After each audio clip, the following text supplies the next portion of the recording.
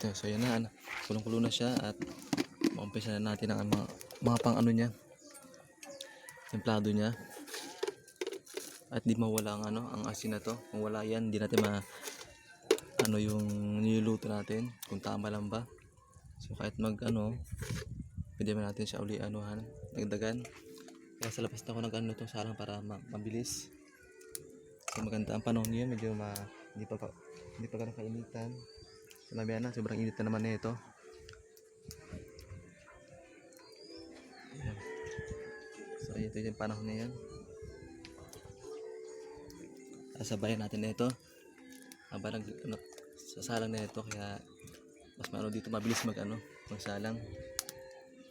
At lagay na natin tong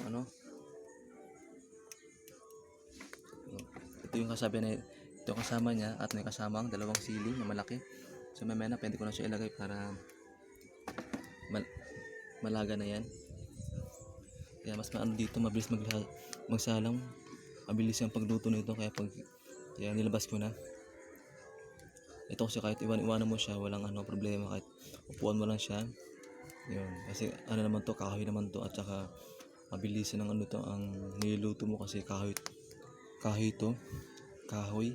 at talagang malakas yung apoy, talagang aabot yung apoy sa ibabaw niya. So yan,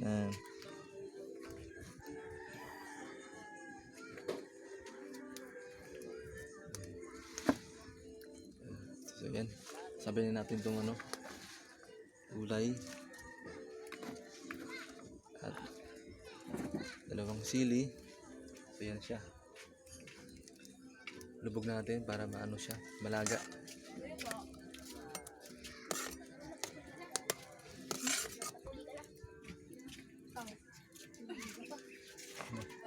Tiga mo yan.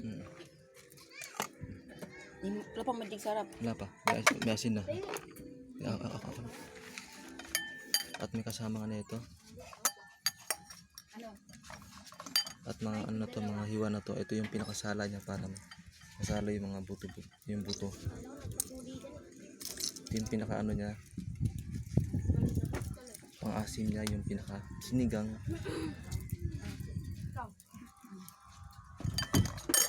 Yeah. Di ba dosi ka na?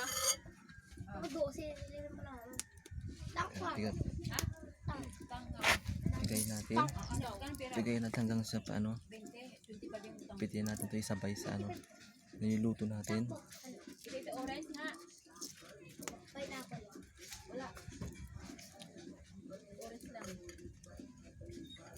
Ilang piraso to?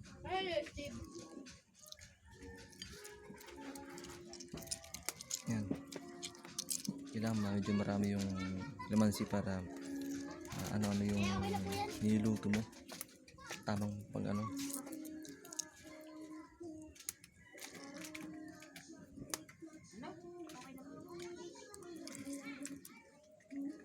So ayan. Okay. Kailangan maayos yung pagkakapiga.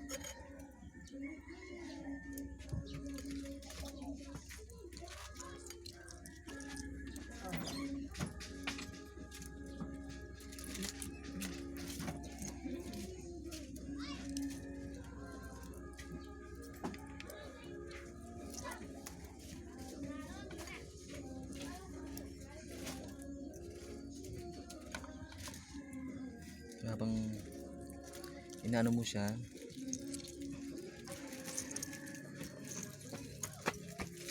yan, habang pigyan natin para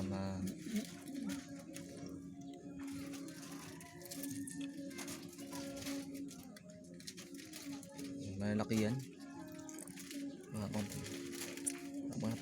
Habang napigyan natin siya, so medyo tatamaan ako ng usok ng apoy, kasi sakit sa ilong tsaka sa mata. Pag hindi ka sanay, yan, atras ka lang para makaiwas ka sa usok.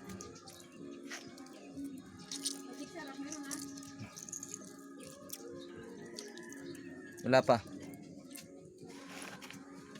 yan. Asin meron na yan.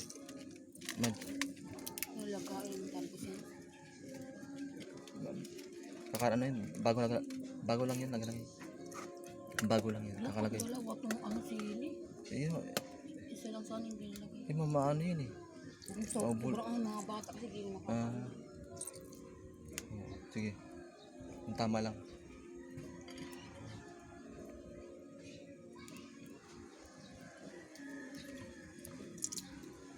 So yan, malapit ko na matapos. Ilang piraso lang to.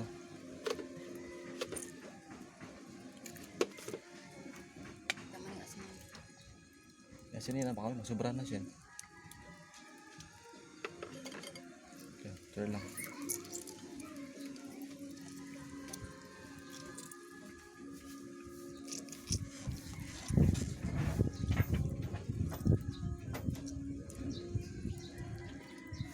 Ayan, malapit ko na siya matapos. At lagyan natin sa menu. Sa iluto natin.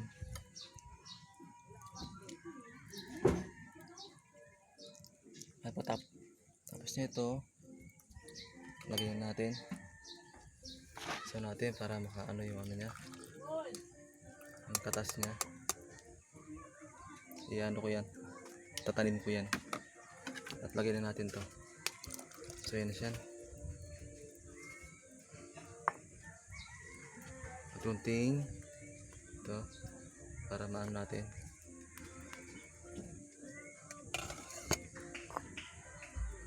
So yan. Yan, natapos na natin siya anuhan. So yan, hanggang yan na.